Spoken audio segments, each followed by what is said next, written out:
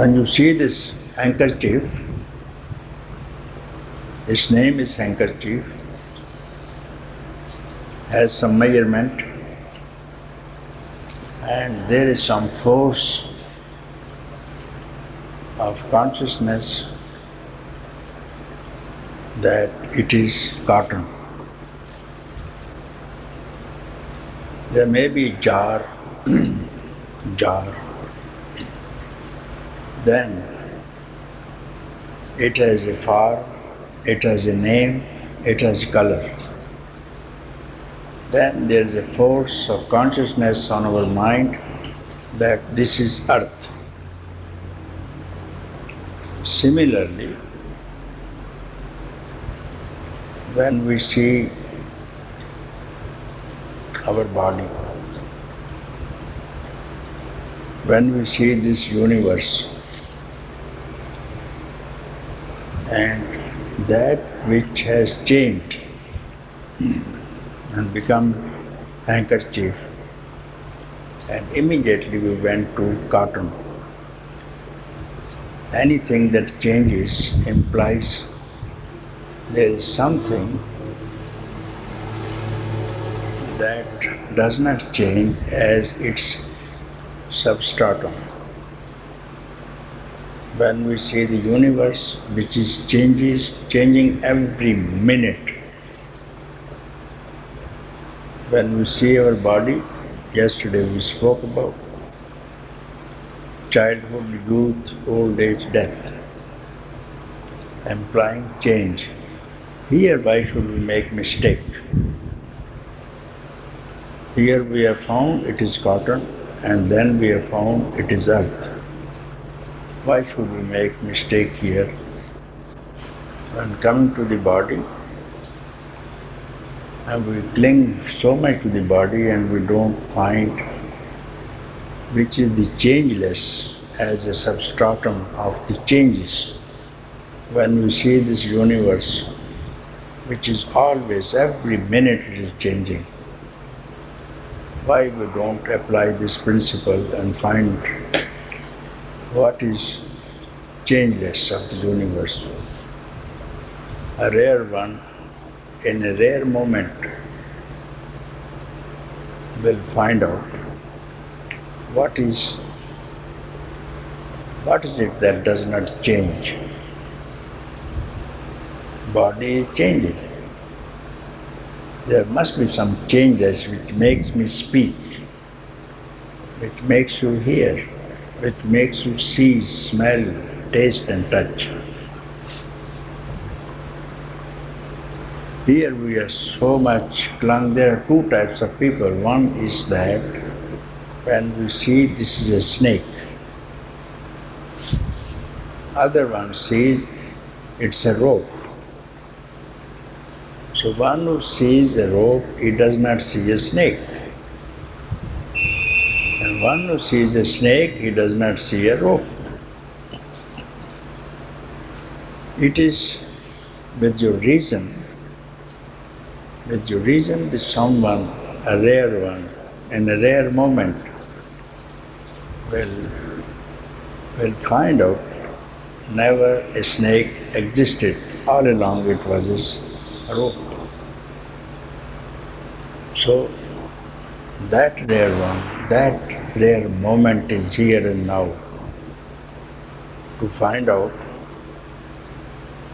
the substratum of the handkerchief, the substratum of the jar, the substratum of the universe, the substratum of the changing body also, that which does not change. The body may change, waking, dreaming, sleeping, birth, childhood, youth, old age, death. But what is that which does not change? So that is for a very rare one, in a rare moment, to question this very calmly, patiently. So satsang is for them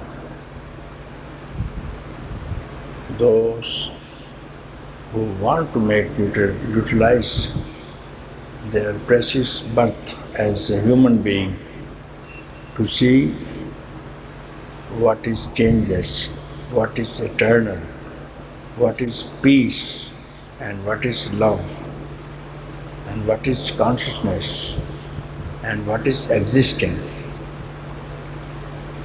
And that can be instantly found if you very patiently, with a peaceful mind, devote some seconds for yourself and stay quiet and again come in. What is that gives us trouble? There's a knot that has been tied between self and the non-self. So that is called ignorance. That has got to be untied by you. How to do it?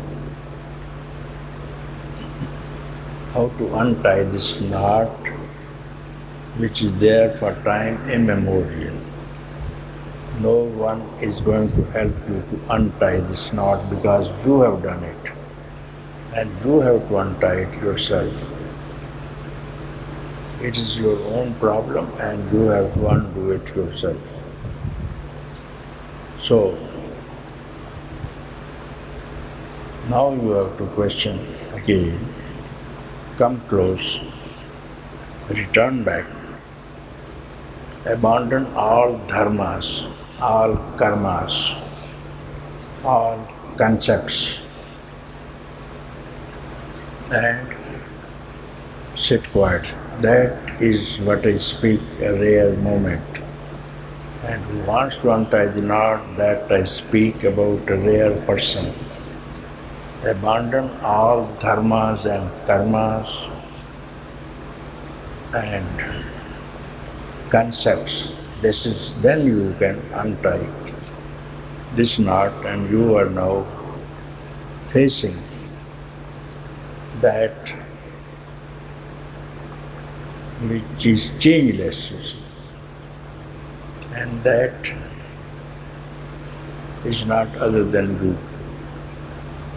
If it is other than you, then it is no use to meet something which is other than you.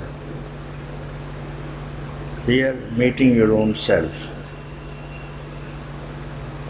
Meeting your own self. So you don't have to do any kind of effort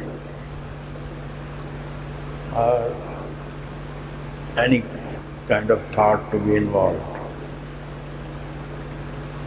So this is the way how to untie this knot between self and not self, and between changeless and that which changes. So return back after having abandoned all the dharmas and karmas and actions and your duties. Dharmas mean duties that you have imposed on you. That I got to do yesterday. There were questions, what are my duties after enlightenment? You have no duties. Because immediately when you know who you are, you have finished all your duties. All your actions are destroyed because he who has known himself, this knowledge is fire. This burns all the actions. Any activity that is conducted hereafter is not your problem. It is for the others. It's for the others to see you. You are dead forever because you are not the doer. Suppose you dream. In that dream, you have many relationships, friends, children, and parents, and many people are there in the dream. So when you wake up, what was the cause of the birth of this person whom you saw in the dream? What was his activity? What was his relationships? And how they have ended? His actions. How his actions, good or bad? Who's responsible? Of the dreamer, who's responsible? So when he wakes up, the dreamer was a dream, his activity was a dream. So this man who is awake is not responsible for that. Likewise, when a man is awake from this dream, he is not responsible for any activity, any actions, and that everybody will know it sooner or later when he will know who he is. So when you have knowledge, then alone you will know the secret of this samsara and your efforts to attain nirvana. So you are advised to face the changeless, abandon all the intentions and notions and ideations. Simply face that which is unknown to you, that which has no name and that which has no form. Anything which has name and form has to meet a change. You are changeless because you are so clung to your form and name, and that is the only knot between you and freedom. And how to rid of name and form is simply to abandon this concept forthwith. As you have worn it, so you can undress it.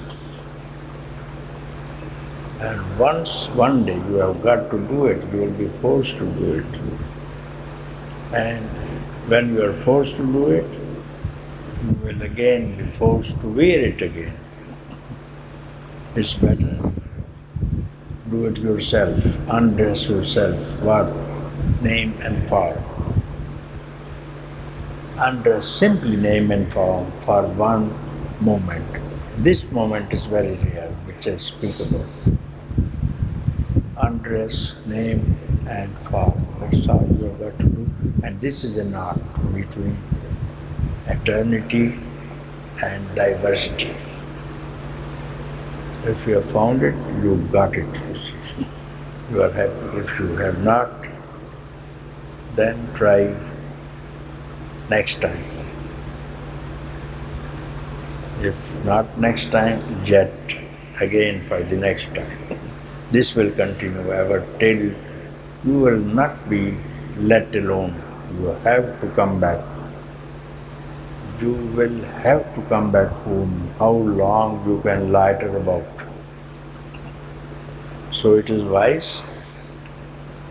We well spend our precious life and precious satsang and precious moment